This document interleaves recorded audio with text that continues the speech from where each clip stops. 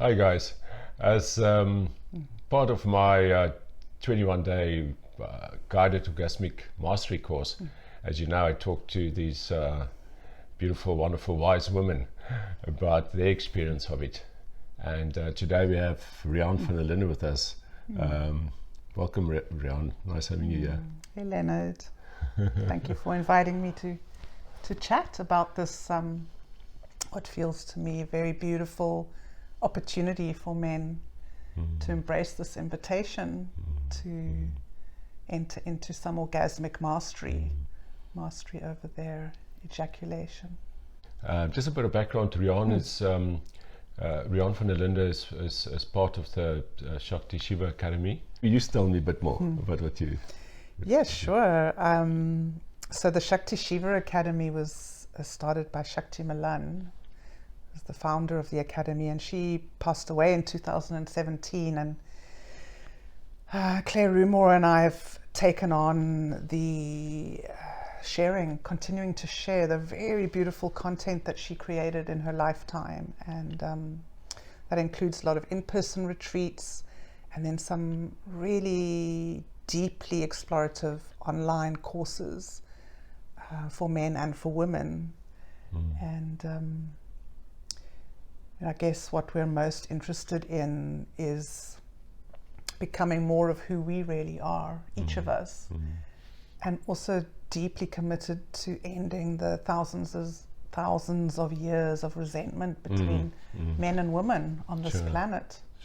Firstly, by agreeing to do our own personal work, whether we're in male or female bodies, but then also coming together and really listening and hearing each other. Beautiful. Yeah. Wow, that's so, that's so inspiring, to see that happening so much more. And and so lovely. So let's kick straight in. I would love to hear your thoughts about ejaculation choice, and as doing this programs of really guided journeys, doing guided journeys with men.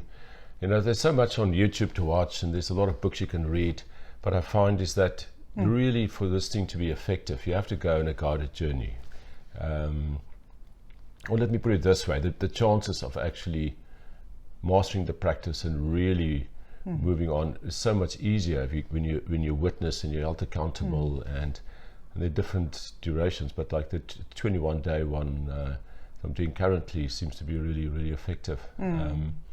So what are your thoughts about just the practice in general, and what do you know about semen retention and ejaculation choice and all of that? Well, definitely doing it together. When we come together as a group with a focused intention, that feels really important, because it's in our vulnerability that we create the intimacy, and we start to see that our journeys are more similar than different, actually. Sure. But I think there are 3 points that I'd love to speak about just briefly, and that is men's addiction to their ejaculation, and then strengthening our nervous systems so that we learn to tolerate more pleasure in our bodies, and then cultivating and circulating sexual energy, so really building and moving sexual energy in our bodies and what that can look like. Awesome. So those are the 3 main pieces for me that speak directly to where I would say we find a man's journey on the planet. Like 99% of men are addicted to their ejaculation. And it's not that it's good or bad or right or wrong, but it's such a limited expression of who you are as a man. And I would say that working, like really taking on the challenge of ejaculatory control is actually an initiation rite, an initiation into manhood. Sure, beautiful. Yeah. Wow, I love that. Yeah, that's right in the start of the course. That's such a big part of moving forward is to actually accept and realize that you're addicted to it. You know, and the first time I say that to people, they're like, what are you talking about? And people struggle with the concept, but it's an addiction as any other addiction. You know, men has never been taught that orgasm and ejaculation are two different things, and I've never been taught, you know, anything regarding this. So yeah, no, definitely the first step is, you know, accepting the addiction. Yeah, we really don't understand it as an addiction necessarily. It's rarely talked about, and yet if you think of little boys, beings in male bodies, growing up in a relentlessly performance-oriented, competitive, comparative environment, and those little bodies coming online in adolescence with all that sexuality and arousal coming online, all that intensity of sensation in the body, that they have not been given any tools to be with their emotional selves. Particularly little boys have generally not been given tools to work with their emotion, and emotion creates sensation in the body. And then there's this frenetic urgency to get rid of. It's too much. It's too much to be with.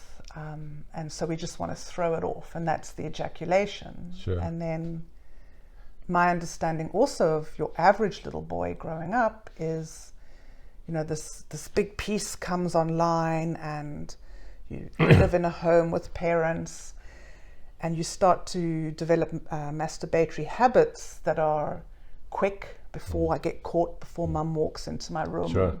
They're friction focused, and then also very much, sadly, interwebbed with pornography, because a little, you know, every child, even just researching music on the internet, is going to be bombarded with pornographic visual imagery, whether they're hunting that or not. And so, yeah, that's the piece that it feels to me like these little bodies that cannot tolerate intensity, and so learn very quickly how to self-regulate their nervous systems, the intensity of it, by throwing off the intensity. Oh, beautifully articulated. Yeah, and then the porn industry and porn movies is all about the ejaculation, what they call the money shot, the cum shot, isn't it? So that just enforces it even more, you know. The big shot, and porn, you know, doesn't do men any favors. You know, we talk about it objectifying women and being abusive to women, but actually it's equally as objectifying of men. In fact, men just become the penis. You know. Exactly. So that piece feels really, really important to understand. When we start to understand why men become addicted to their ejaculation, and then how limiting that is of their expression in the world, and how it limits them in their, not only their sexual relationships and their lovemaking, but also in their expression in life, in the way they live their lives. So I think for me, what's so beautiful about ejaculation control, and it's not about not ever ejaculating or making ejaculation into something that's bad or wrong. It's about becoming an adult, and an adult in their sexuality has access to the full range. So you get to choose when you ejaculate and choose when not to. Oh, exactly. And that's part of a sexual cycle that a man can really drop into his own choice around what serves him. Yeah, and that's why that's why I love the word ejaculation choice rather than ejaculation control. Because then you know it's actually a choice, you know. You can now decide whether you want to, and you can do this practice for some parts of your life, and some parts not, you know. You have an option. There were also two other areas that you mentioned. Would love you to speak into that. Yeah, so they're kind of linked, because we've already touched on strengthening our nervous system so that we can tolerate more pleasure. So it's really asking ourselves that question: how much bliss can you stand? And as we cultivate that expansion in our nervous systems, and we're able to be with more pleasure, conversely, we're also able to be with the whole range of human emotions, including grief and shame and all the other things. But we really, in strengthening our nervous systems, using breath, sound and movement to tolerate more pleasure, then we have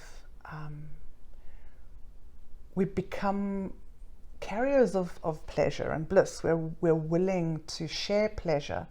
And also, I think this is a really important piece for men, is that they learn to follow a woman's pleasure pathway, which has a different rhythm, a different pattern of arousal. And when a man learns to follow a woman's pleasure rather than hunt his own pleasure, then infinite possibility in lovemaking opens up. Worlds can be created, new worlds can be birthed.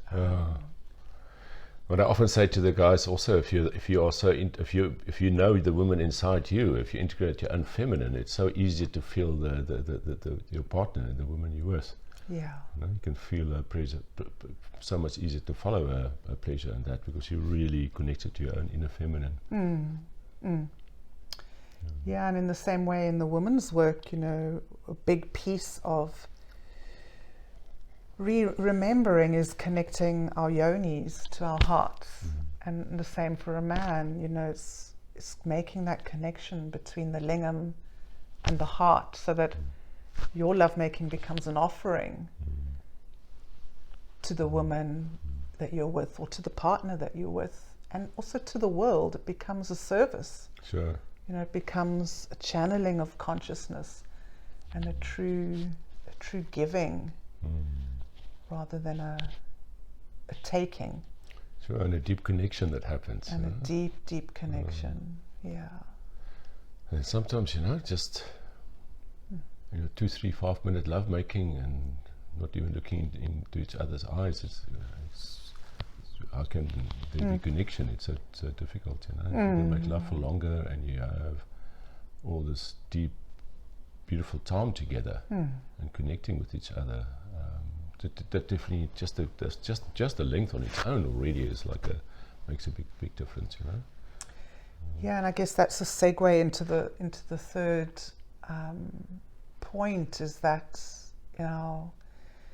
cultivating and circulating sexual energy, that the opportunity to really build, to make a fire, that fire of arousal, but then to feed it slowly. And instead of creating like a volcanic explosive orgasm that we all know, and it's friction focused, we can really build a slow fire that starts to ripple like a blue flame through the body and opens up the body, and then also, rather than just remaining in the genital area, can move up the body and penetrate the heart, and then up into the upper chakras.